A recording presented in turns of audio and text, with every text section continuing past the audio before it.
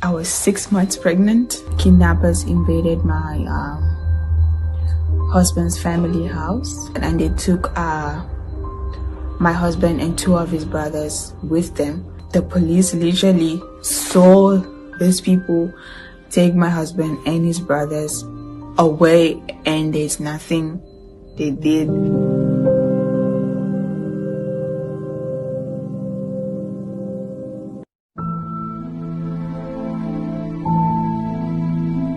On the 19th of December 2019, we had just came back for my sister's funeral.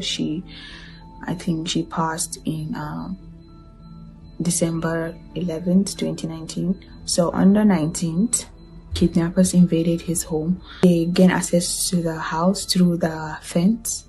They were able to jump over it. They came in a bunch, about 21 or 24 of them on bikes and fully armed with guns. They were able to gain access into the main house through the back door, which was the laundry room. They spent about 40 minutes to an hour gunning down the door, trying to open it. At that point, my mother-in-law was able to find her phone to call their pastor and tell him what was going on, and so he can be able to get hold of the police.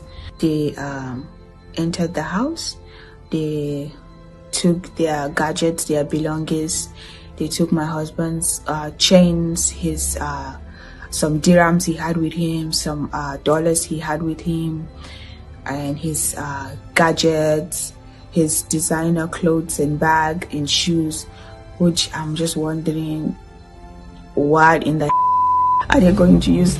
I don't know, it just seemed a bit personal. So when they are done taking whatever they wanted to take and on exiting the house, they saw that the police had arrived and they were standing outside the house. So for them, I think, to be able to get away, they had to come back inside the house.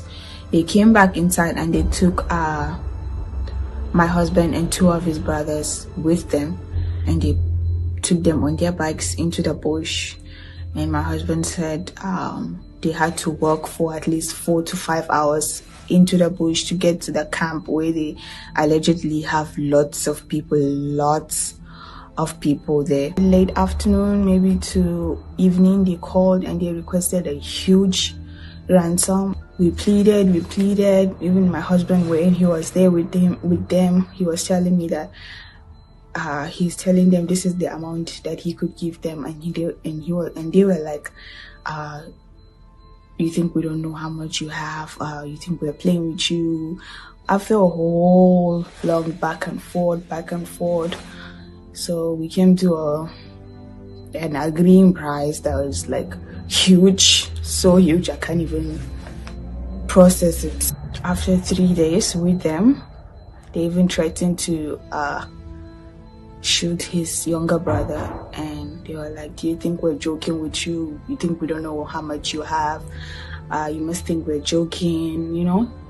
I don't know how to explain it. It was just too much. The funny thing is, when our pastor and my husband's dad went to report the situation, the SARS told them, wasn't it the boy that they found dirhams and dollars at his house?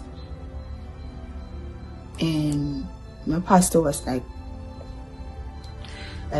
how do you know about this? I'm also like, how did they know about this? Because when they told me, I'm like, how is, like, this is actually alarming. Like, how in the world did they know about this? This had just happened this morning, and I'm reporting it to you like in the late afternoon, and it's like, wow.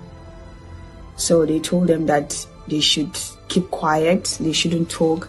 If not, like, allegedly my husband's life and his brothers could be in danger if we take this further. I was in a complete state. I was like, my husband is taken, I can't report it because it's going to be killed if I take this further.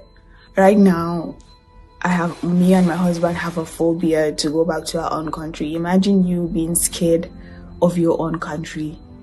You can't even go back to your own country because of how scary it is. People will set you up and people will just harm you just because you're being successful. It's just heartbreaking. Like, how do one just live with something like this? My husband still haven't recovered from all this. He still gets panic attack. He's still going through therapeutic moments, trying to get over this situation.